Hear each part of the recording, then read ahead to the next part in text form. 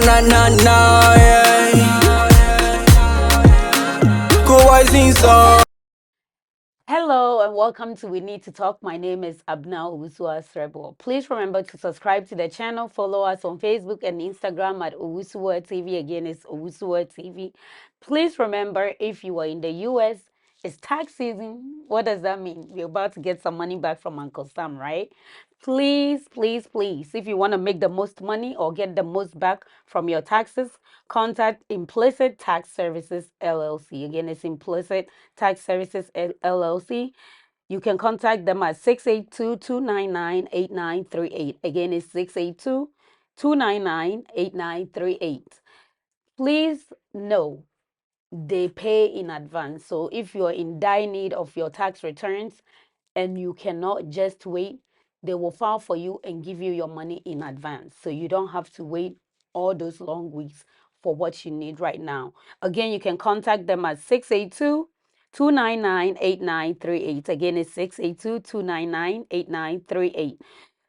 Please remember, if you are also contacting them, use the code WUSUA Tax 2024. That's WUSUA TAX 2024. Again, it's WUSUA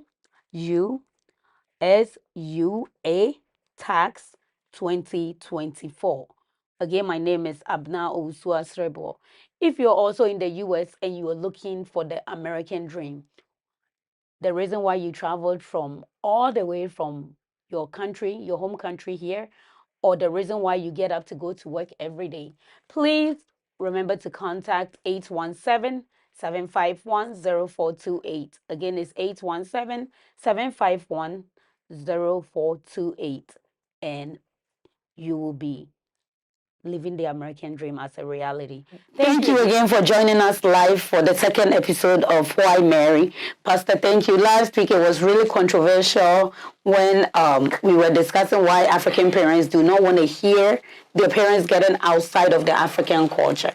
So now my question is, in our culture, women do not propose to men, obviously, and we have young ladies that are late 20s, early 30s, mid 30s, some are even in their 40s, and they are just praying and hoping to meet that man that they will spend the rest of their life with.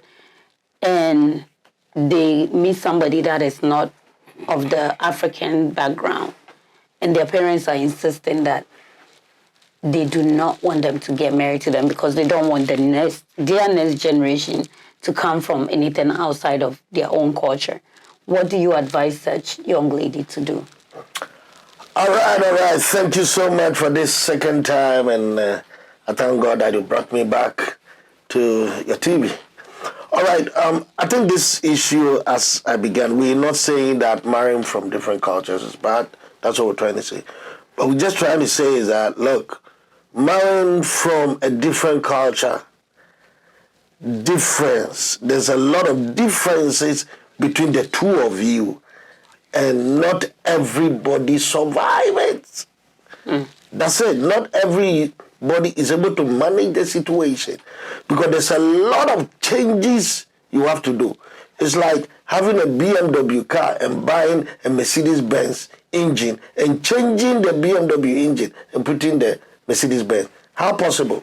That's how it is. Because your thinking is different. Your style, the way you dress, your food pattern, the way you talk, the way you handle issues, the way you greet, everything about you. For that years of 25 years, 30 years, the way you were raised, you have to just delete them, adjust them, and turn over, and then bring in another thing. Not everybody survive it. So, because marriage is not just, I love you issues. No! Marriage is not because of beauty. In fact, the shape and size of the woman or the man you're seeing, by the time you get married, it will change. By the time you give birth to one or two children, you see that most of the things that were standing on, you start falling. That's how it is. So it's going to be, that's it. So if you marry based on beauty, it's going to affect you. You see that you marry based on purpose. Take it. You must marry somebody based on purpose. Now, if it's purpose, cultural differences are involved. How do we go from here? Where are we going to build? Yes, I'm staying in the United States. But the question is, even today, am I going to live here forever? If I decide to go home, am I going to go home? You must know. So if you met the fellow here, and you said, okay, you have not, all these things must discuss. If you get married, it means that all your generations are going to be here. And is that what you have purpose, or you don't care? You got to care. Now, God knows why he placed you in that culture or in African setting. If he thought that you should come and stay here forever, you would have been born and bred here. But there's a reason why God raised you here and all those stuff. So you must look at that. Let me give you African culture. If you come from, the reason why most parents doesn't allow is that if you come from a family background, you have to check the background. Maybe a kinship family, like a typical idea. If somebody pass away, you cannot bury anyone who is from such a lineage like that in a foreign land. They have to take back the body home and all those stuff. Are you ever ready to go? If it's a male like that and all those stuff. That's why the differences are more. But you have to do a lot of changing. But if you feel you can, then you have to tell your parent that I can adjust, or you can also go there. But if you cannot, would your husband be ever ready to go by that? Even, let's take it, the first difference should be when your parent will give him a list, a diary list, go and buy all these things to come and marry my daughter. He will start screaming. That alone, that will be the difference. He said, we don't marry that like that. That will be the first issue and difference that is going to be. So that if he's going to do that also, unless somebody who is very open, the male himself is very open-minded, that is ever ready and say, look, I'm ever ready to adapt, I'm ever ready to go back with you and all that stuff. That's it. Okay. All right. Thank you. All right. Pastor mentioned something about diary paying, right? And I think before we got married, of course, like you said, in our culture, it's expected that you'll be given the list. Was there, what did you think about that, the diary paying? Did you feel like there should be like an amount set on it, or did you feel like, okay, it should be open for you to, like, at your discretion? And how did it make you feel after you had paid the diary? Well, I guess it goes by family. Obviously, some families are more lenient in regards to the dowry, reception, and some families have an expectation, of what to expect when, you present their daughter off to marriage. But me personally, I didn't really see it as a shock, or I really didn't see it as a surprise, because I knew that was something that I had to do. As I mentioned earlier, I'm very deep rooted into the culture, so obviously before going into marriage, I knew that all these things were expected of me. The dowry paying, the ceremonial, traditional things that I had to, do. All those things were all things that I already knew that I had to do. So it wasn't really a culture shock for me. So I was prepared for everything. So. And after paying the dowry, do you feel like that places more value on the marriage, or do you feel like even if you didn't pay any dowry, it would have been the same? I think, as Pastor said, if anything is given onto you on a silver platter, you do not value it most often than not. So I think, as men, especially in our culture, having to pay the dowry, most often than not, we value the marriage, we value the woman that we're actually with. At least me personally speaking, versus somebody who, in other cultures is not really required. That's why the American divorce rate is so high, because they don't pay dowry? It's not just because of that, but I think the way, the culture, how everything is, handed to them, everything is presented to them, it's not the same as it is, back home in our culture. So I think that's one of the contributing factors to the divorce rates being so high in America versus, in Africa, where we tend to, try to keep the marriage together. Trying to keep the marriage together. Pastor, he just said try to keep the marriage together. So even if somebody is from the same background, you mentioned something in the last episode that you want to enjoy marriage, not endure marriage. Yeah. So in keeping the marriage together, is that the same as enduring the marriage and not enjoying it? No, you see, the moment you the families are involved, you see the African culture, the families already involved. I've told you that you don't just marry You just individual. You marry from the family, married to the husband and wife and all the sisters and other things. With us, when I get married to my wife, my sisters are bound to come to my house. When they are coming, they don't need any telephone call. They want to come or something. Or they say, man, I'm going to my brothers. And no, I'm going to my brothers. And the wife and all those stuff. Here you have to ask a lot of permission and all those stuff. My sister's son or children can come to me. They are like my inheritance, my property. I got to take care of them and all those stuff. Because you see, you try to invest in the life of people. But most cultures are selfish. Okay? It's me, my wife, and myself. Okay? So when something happens, if the families are not involved, when something happens straight, you go to court. Court, give me paper to divorce. So the same way you marry, you got married, the same way you divorce. But with us, you first of all have to communicate the message. Because you first of all have to appoint somebody to be behind the marriage. Women in general worry, they are behind. In case of anything, go and communicate to them. They will hear it, they will call, if it's the husband, and say, this is what your wife said. It is not easy for them to accept the divorce drink. It's not easy. They will fight through it to make sure that the marriage is that. And there are cases where even you the man, if your sisters can say they will not accept it, and you can never bring another woman to the house as a wife, they will oppose it because they say they know that you have a wife. So it's going to be, if you get it easily, it will go easily. But that is why there's that security, there's that intact. So it's not going to be like, even when you say endure, they are so concerned about the case and the generation you are bringing. There are cases where they separate, they goes around, they still come around. Divorce is not that easy. That's why even if you look at our courts in Ghana and other things, it takes years before divorce goes through. Because if you go to South Africa, before you get married to a lady, they have what we call lobola. You pay lobola. They pay by cows. And in the olden days, the reason why it is that the amount of cows they will demand will show the amount of children you're going to give birth to. So that's right. So if I paid all that cows like this, how should I allow my wife to go? I can't let you just go like that. Because you're thinking of the money you've invested? That's right, because it cost me. I paid the price. Man, I paid the price to get married to my wife. But then if I didn't pay any price, that's why even relationship, girlfriend, boyfriend. Now, let me give you a typical example. That's why in the African culture, we don't believe in dating and this courtship thing. I'll tell you why. Now, let me give you like a word. Like in African culture, when you get to a certain time, one word we give it to is akitesia. Do you understand that word? Akitesia. Katamusi. Cover yourself.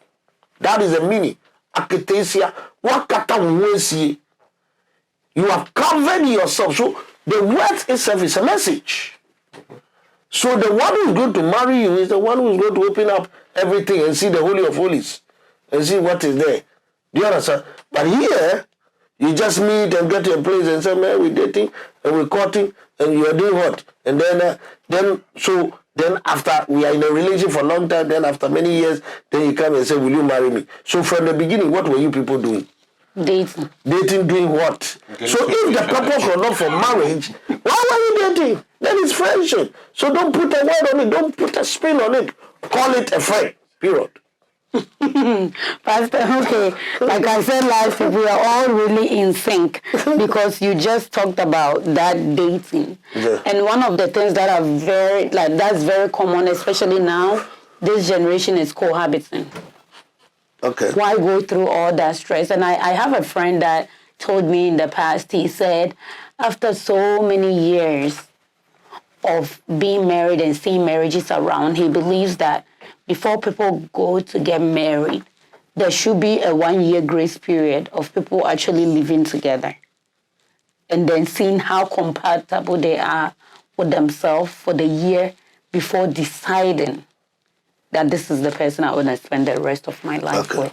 Well, I wish I know that your friend. I would have told him that. Which word would have been good? I tried to hide it. But he would have been the most ignorant person. And I'll tell you why. Okay. In 1998, he stayed with Kwejo in a room. It didn't work. Then after 2 years, he got Akosia Ernest. They stayed in 1 year in a room. It didn't work. Then 2023, how many men? So how many men have you been sleeping with? 3. Nobody want to go for an old thing. I mean, why do you want to? Something that somebody must pay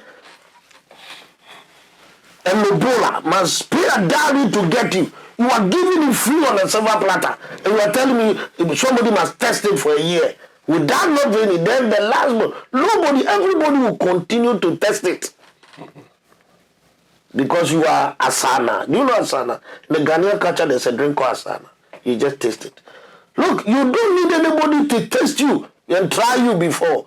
You are not a testing car. No. Look at me. The man that is coming for you must value you. That is what I'm telling. That's what in the Jewish culture.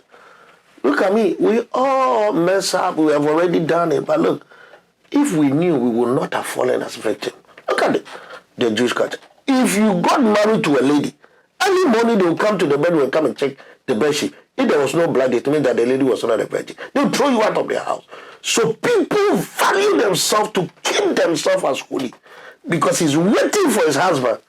Today, what somebody is supposed to come for, you are giving it in a silver platter in the street, under the tree, in the uncompleted buildings, under the mango tree, and you are telling me you are dating. Look at me.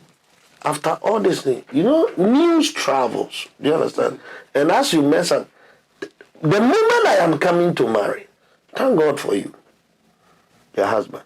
He was not here. But I can tell you, thank God, what somebody was talking about, thank God they were only talking about age. But if you have done something, people would have given him your history. They said, this person doesn't deserve to be married. And that's why a lot of people, they lost it. And can I tell you something? In the midst of all this thing, you know what hurts me? It is the women, the ladies that suffers. Look, a guy can leave you. Watch me, listen to me. A guy can leave you after you have given him the Holy of Holies and everything, you have eaten it for free. He will jump to your friend and go and marry your friend and go and pay a dowry for. And you'll be crying. This is the most broken heart. It is the ladies that suffers. Look at me. Keep your thing. Keep it. Let it be so precious to you. Don't give it on silver platter. Let somebody come to your parents. Don't say because of cultural differences and so on. He said, me to marry me, you need to pay cows. If you're from, that's it, give it to him. Go to Nigeria, you pay yam, someone go, cultures and everything. Then after that, you see that, man, I value you. Tell him, go for that. Let him go for it. Say, you want to marry me? Take him through the culture. Don't say because of cultural difference, I don't care. Look at me. If you rush into marriage, you will rush out. So, this thing is so brilliant. We have to check it. We're dealing with cultural differences. We're dealing with everything. But you see, there are some things that we should not take them out. We can't be like the way things move here. You get what I'm saying? The reason why things move here like that, because here nobody cares about anybody. You understand? Even where the flat you stay, the next person doesn't know who you are, the apartment, he doesn't even know who you are. That's why somebody can even be there and be doing anything. But we care. Look, with African culture, if you are doing something wrong now, somebody will call your dad or somebody can correct you and say, hey, and call your dad and say, I saw your daughter, this is the way. So whatever you are doing, you are not just disgracing yourself, but your father, his friends, and people that are associated with him. But here, nobody knows anybody. I don't care. That is why we deal with it like that. That's right. But you see, kids, the next thing is that if you bring a kid without a father, what generation are we making? That's why we are producing kids without fathers. I'm not speaking against people who are born one or born two. No. But I'm saying is that Can we break this thing? Can we have fathers who take care of their sons and their children and be in their house and know that, man, that's it. Or not when you go and give birth here 1, then go here 2 and 3 and 4 and say it's a mistake. Yes, let's learn from other people's mistakes. It is said that if we continue to do the same thing and expect a different result, we are out. That's how you give yourself the answer. That's how you Okay, thank you so much, Pastor. And I want to come to you before we conclude on this episode. One of the things that you used to tell me when we met, I think for me, age was an issue. I wasn't, one thing that I don't like is a younger guy. That I envision myself of never being able to marry somebody that was younger than me. I wanted somebody that was older. And my husband, in the beginning stages of our meeting, he said he was younger. And when he said that, that took me off. So in my mind, it was like, okay, no, this is, okay. I automatically tag him as, okay, this is just going to be a friend, and that was it. And then in that process, when he showed a bit of interest in me, to dissuade him, I told him I had 2 kids. And one of the conversations that even today he goes back to, and he tells me, I can never marry any woman that has a child. But then, funny thing though, he told me that as a man, if you have a child, he can get any woman that he wants. That's it. Of course. Why is that? Why would you say something like that? Well, men typically, generally speaking, men are providers. So if a man has multiple children, he still, because of his ability to provide, and women are so, more dependent. I'm not saying that women are dependent, but women, even in this day and age, when they go for marriage, they expect the man, to take care of them. So that is why I made that statement that a man with multiple kids can still have the option to, marry younger and marry somebody who has no kids, whilst a woman who has children, it would be very, very hard for her to get a man that doesn't have children that will want to marry her. Okay. If you understand. Okay, let me come to Pastor, and then, Pastor, you agree with me? I don't really agree part and part, because the reason why I want to look at it in this poster before your wife gives me the question, because fatherhood, to be a husband, and love me, love my dog, that's good. There are some women who have kids, they are very beautiful in heart and all those stuff. But if a lady have kids already, you the man, you must be ever ready to be a father to the kids. And fatherhood is in 2 parts: providing, guiding, guidance, and directing. So you must be ever ready. And there are people, they feel like they are incapable. I cannot father somebody's child or something. That's you. You look at himself, he cannot. That's how he's truthful. You can't fight him. So you first of all must say, can you be a father? Can you provide? Can you bring guidance? Can you direct? Can you take that one as yours? There are people that cannot. If somebody is truthful like that with you, please don't force it. So let the fellow also know that you have a child. You have 2 children. You have 14 children. Let him know. Don't hide it. But I have been in some counseling meetings when the ladies hide it before the guys discover it. And the guy said, no, once I discover it, You have to be transparent. Be transparent. If the guy, sometimes the guy will look at you and say, look at me. It's not about, you have a beautiful soul. Mistake upon to happen. But man, I think, look at me. If I can love your dog the same thing. And we go together. That's the beauty of it. But why do you want to hide it? When you have a beautiful kid somewhere, you don't want to tell the man, you got to tell the man. Don't say it like one-sided. You should say both sides. Okay, There are also situations where women have married men, and later in the marriage, the women discover that. Because most often it's the men that are able to hide that. Because most often women go everywhere with their children. So they can't keep it too long. What if the children are discovered after the marriage? Yeah, that's what I'm telling Pastor. That It's not the- men are the ones that are able to hide that. Look at it. You see me. Because you know men are guilty of that. You know, that's why I just and you see, that's another topic also. You see, Yeah, it's another topic for another you see, because you see, what is it is that men and that's good. And let me tell you something. And that is why I keep telling ladies that,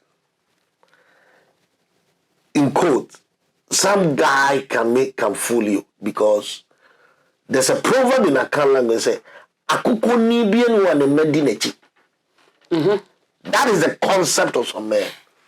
Well, you can choose to interpret it or not. That's it. "Akuko ni bien wa ne medinechi." So you know the translation. I know the translation. So please say the translation. There is no hen Followed by the chicken will follow. They will all follow the mother one. Is it what the There's cock? no, the cock is there. The cock is it the cock or the The cock is chicks male. never follow the cock. That's They how follow the hen. they follow the hen. Okay. Will you cut it? Language. You know, you see the culture difference. Cock in our language and cock in American language. They are different. Okay, so the cock It's here. the same, but it can be interpreted both ways. No. Yes. I still don't know. It's okay. It's okay for our American viewers. We are talking about the genders of chicken. Okay, wait. We're not talking about The cock in Africa. What is it? And It's the chicken. the cock. In Africa, male it's the chicken. male The chicken. male chicken. But cock in America is something. It's something. It doesn't even have Same thing, anything to. but it can mean the So you see, that's a culture difference. I guess you're not American. It's okay. It means something else, but It Pastor. means something else. Oh my God. So this is exactly the cultural difference. Yeah. That's what we're saying. Yeah. So that's what we're talking about.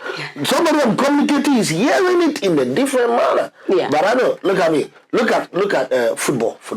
The ordinary football. Football in America. It's they play with their hands. But football in Africa or Europe. Without- Okay, so when we talk about football, so you see that the communication wise, even this will answer because communication alone, like as you say, just a hen and a cock is different thing. It's okay, let's leave that. It's just something else. But let me ask my final question. I love the fact that you were talking about the sex, the premarital sex, because in this culture, it's a huge something. When you hear people say they're dating, you hear people say, oh, those that are brave enough are saying, oh, I'm doing that 90 days something. If I meet a guy, I'm going to keep myself for 90 days. And after 90 days, if that guy still sticks around, that means that he's a good guy and they'll give it up. What do you have to say to this generation, that those that are dating and those that feel like sex is supposed to or is a part of that dating relationship? And the men finally also say, I'm not talking about my husband, but the young guys that you hear them say, of course I'm not going to go date somebody, or I'm not going to go buy a car without trying it. So I have to try it. All right, they're very good. Well, this is a subject that, I'm not even going to go into spiritism and spirituality and religious aspect. I will go there later. But you see, I will try it. Look at the concept of the man you are talking to. He said, I will try. So what about if he tries and the thing is not speedy? Or it's slow? Or it's not the one that he wants? Will he buy it? He tested it. You say try. Something that is going to try, he have not made a decision on it. It's a try. So it's possible after trying, you say, whatever. Look at you, convince yourself, but the truth will catch you. Yeah. The truth have got people, they have ever regretted, I wish I never did that. Man, let us, the males that are watching me now, let me ask you, how many people did you sleep with? And how many did you marry? And did you even marry some of them? No. That's it.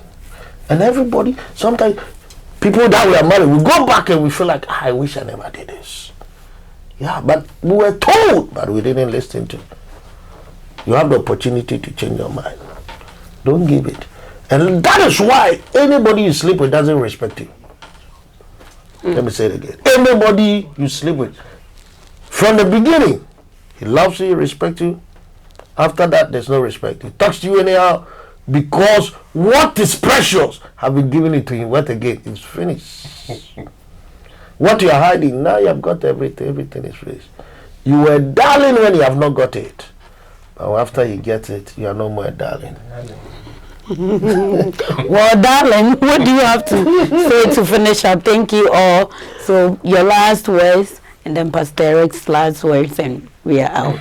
Yeah, I have a whole lot to say actually. No, just last words. Leave that alone.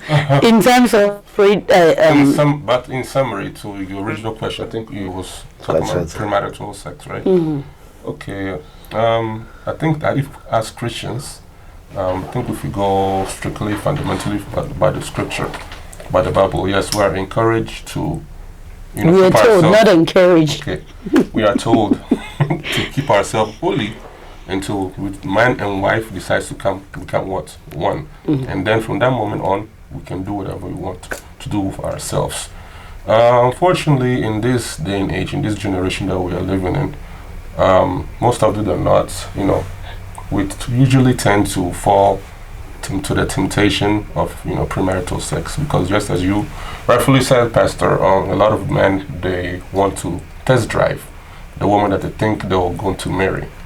So when that happens, it brings a whole lot of tension, or I should say confusion, and it also I guess it defiles what God's purpose or the image that He had for us as Christians, especially as man and wife. But me personally, we always try to do our best.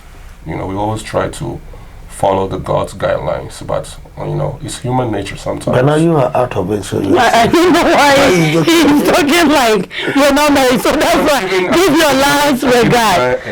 Your percent. Oh, please, you're married. Give your last regards to the viewers, and let's go, because you're married already. Single men and single ladies, just as Pastor has said rightfully, keep it locked. If you have a padlock, lock it and throw away the key somewhere. Because at the end of the day, if you have not given it up to the man, trust me, he will value you and he will love you and he will respect you even more up until the day you guys decide to get married. So the best thing, and I know men, it's not very easy to keep yourself on, especially if you have a very beautiful girlfriend. You want to explore and do all the things in the book, but if you do right by God, you're going to get a blessing from it. Once again, thank you for joining the show, and hopefully to see you next week. And I want to say something. My last regards. You're out of the dating team, so don't come and be saying that's for me. That's for me. All right.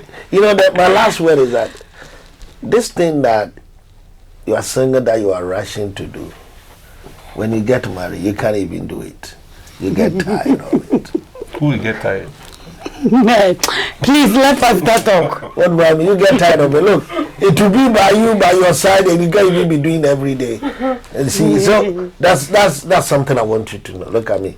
When you get married, it will be free for you 24/7, and you can't have it 24/7. Look, you'll be pushing. Your wife will be bringing it, and you'll be running away and going backwards. So for who?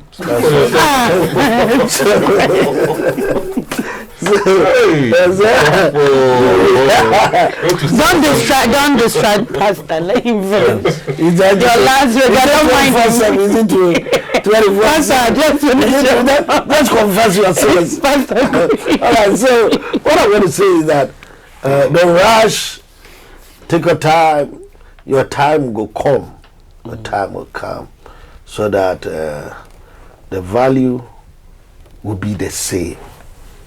Don't bring diminishing and diminishing returns and cost commodity, and don't go do any barter trade with it. Maintain it as it is, and God will really see you through. I mean, it's good to marry, and I entreat everybody to pray about your marriage and get the right person. Somebody said, "How do I know?" We'll treat, maybe if you give me an opportunity, we'll come to how do I know the right person and all that stuff. But God bless you, and also at TV, your viewers, you are doing very well. These are topics that people afraid to talk about. But thank you, and thank God you are just hitting the nail on the right. God bless everybody. I wish you well. I pray that you find the right person, handsome, beautiful, delicious, as God has purpose for you. God bless. Thank you all so much for joining us for live again at Owusu TV for We Need to Talk. Thank you to my husband, and of course, thank you, Pastor. Of course, we will come back and we'll talk more. And you know that we have so many things ahead that we are going to be doing this month. Please remember to subscribe, remember to like, and please don't keep this to yourself. Pass it on to a friend, pass it on to a family, and let them also enjoy and learn something. Remember, if you're anywhere in the U.S., it's tax season again. Time to get your money back from Uncle Sam. Contact Implicit Tax Services. Again, it's Implicit Tax Services for them to file your taxes for you individually and as a business as well.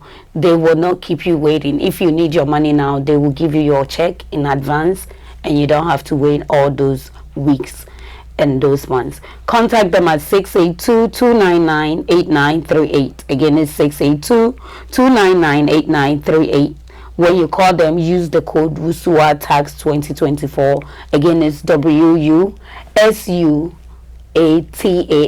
2024. Again, it's WUSUATAX 2024. Again, if you're also in the US and you're living and you want to experience that American dream, the promise of milk and honey, contact us at 817-715-0428. Again, it's 817-751-0428. We will lead you to experiencing that American dream as a reality. And finally, we're looking for sponsors all over the U.S. for the Owusu TV. Please contact us again at 817-751-0428. Again, it's 817-751-0428 to be a sponsor for the show. And finally, my last regards. Happy Valentine's Day. It's probably over, but I'm still wishing you a happy Valentine's Day, because the whole month of February is about love and Valentine. And to that young lady that is sitting there looking for a husband, trust me, there is no such thing as expired or past time. You will meet that right person. Don't rush yourself and land with the wrong guy. And do not cheapen your standards because you feel like you're too old. Your time will definitely come. And Bible rightfully say in his own time he makes things beautiful. So please wait for that appointed time. And for that young guy too that's playing with some girl's heart, stop that. God is watching you, and be serious, and God will bless you. Thank you all. Thank you.